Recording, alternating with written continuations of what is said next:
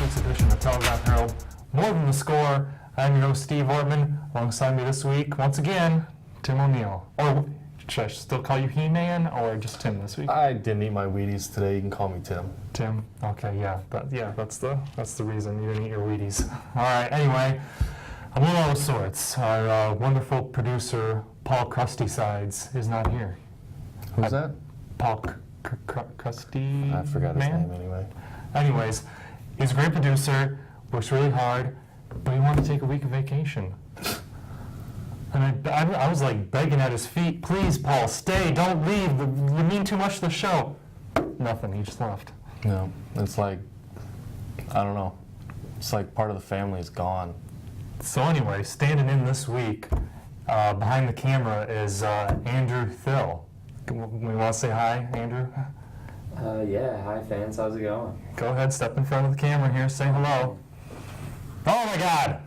Don't scare him away, for God's sakes. There's a reason we keep him behind the camera. Anyway, let's see if we can make it through this episode with Andrew running things.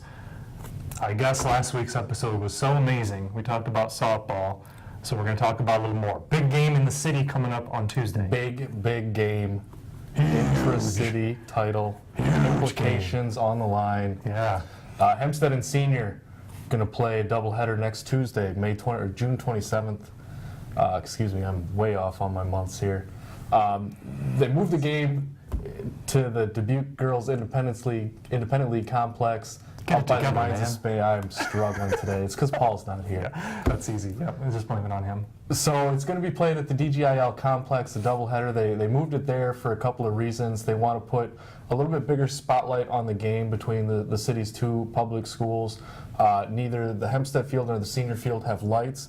So at the DGIL complex, they can start a little bit later. They're starting at 5:30 instead of the regular 4 o'clock start time. So they're hoping maybe some more fans can get out there, get a little more, a little bigger crowd in the bleachers, and you know that always makes for a much more exciting game. Sure, better environment, absolutely. And then it's also a chance to show off the DGIL complex, which is a very nice field. You remember we did the home run derby with Sidney Tigas there last year? Remember? Well, for us it was more like a singles derby. Mm-hmm.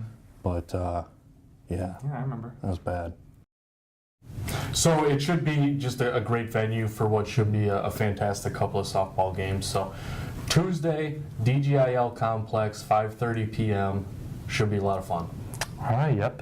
Tim will be there covering that. And earlier this week, you were covering another softball team in there. It's having a pretty good season. A team that's pretty good with their bats, Western Dubuque. Pretty good with the bats for sure. Western Dubuque has been a team that has kind of hovered around the 500 mark for most of the past few years, and this year they got out to a really strong start. They had an 11-game win streak. Right now they're 17-9.